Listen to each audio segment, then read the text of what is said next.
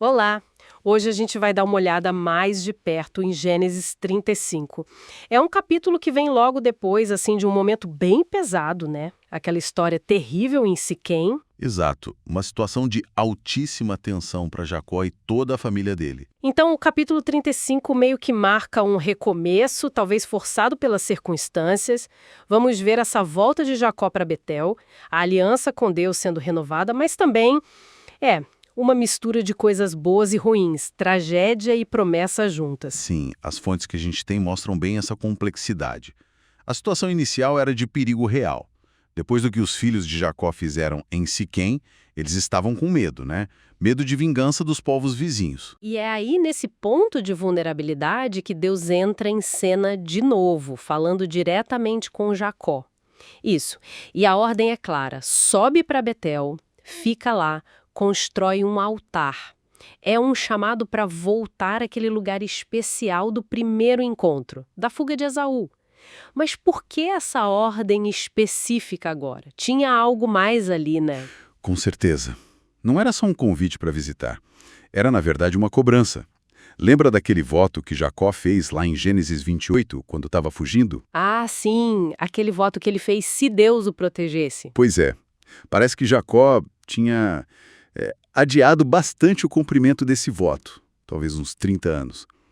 As fontes até sugerem que Deus usa momentos de crise para nos lembrar dessas coisas, desses compromissos que a gente deixa de lado. Não era só para ir, era para morar lá, para restabelecer Betel. Entendi. E a reação de Jacó é interessante. Ele assume a liderança, algo que talvez faltou antes, e manda todo mundo se purificar. Sim, e é uma purificação bem concreta. Tem que jogar fora os deuses estranhos. As fontes até falam que podiam ser aqueles ídolos que a Raquel trouxe escondido lá de Padã Arã, lembra? Lembro, sim. E não só os ídolos, mas até os brincos que talvez tivessem alguma ligação com rituais pagãos. Trocar as roupas também. É uma limpeza interna e externa, né? Exatamente. É um chamado para voltar a adorar só o Deus da aliança. E o gesto de enterrar tudo isso debaixo de um carvalho, perto de Siquém, é muito simbólico. Tipo um ponto final naquele passado idólatra. Isso, uma renúncia definitiva. E o mais impressionante é o que acontece logo depois. O terror de Deus cai sobre as cidades vizinhas. Ah, então a proteção divina vem depois dessa obediência, mesmo que tardia. Parece que sim. Mesmo que a obediência talvez viesse também pelo medo da situação, o ato de se purificar e obedecer trouxe essa proteção. Eles viajaram seguros apesar do perigo. Mostra como Deus age quando a gente dá passos concretos de volta para Ele. Aí eles chegam em Betel. Jacó cumpre o voto, constrói o altar, chama o lugar de El Betel, o Deus de Betel, reconhece a presença de Deus ali. Uhum. E no meio disso tudo tem aquele detalhe, né? A morte da Débora, a ama da Rebeca. Pois é, parece um detalhe pequeno, mas mostra um lado humano. Ela é enterrada ali, sobre o carvalho das lágrimas. Tem um cuidado, um luto acontecendo junto com a renovação espiritual. Estando em Betel, Deus aparece de novo para Jacó. Primeiro, ele confirma a mudança de nome para Israel.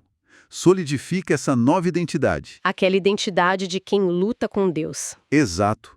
E aí Deus se apresenta como El Shaddai, o Deus Todo-Poderoso, e renova as promessas da aliança. As promessas de descendência, de nações, reis, a posse da terra. Sim, tudo aquilo prometido a Abraão e Isaque. É fundamental isso, porque reafirma o papel de Jacó no plano de Deus, apesar de todas as falhas dele, de todos os desvios. É a fidelidade de Deus se mostrando maior que a nossa inconstância. E Jacó corresponde consagrando o lugar, né? Com a coluna de pedra, a oferta de vinho, o azeite. Exatamente. É um ato de adoração e reconhecimento. Mas a jornada continua para sul e o clima muda de novo. Vem mais tragédia. Pois é. Perto de Efrata, que depois seria Belém, a Raquel, a esposa que ele tanto amava, morre no parto do segundo filho dela. É muito triste.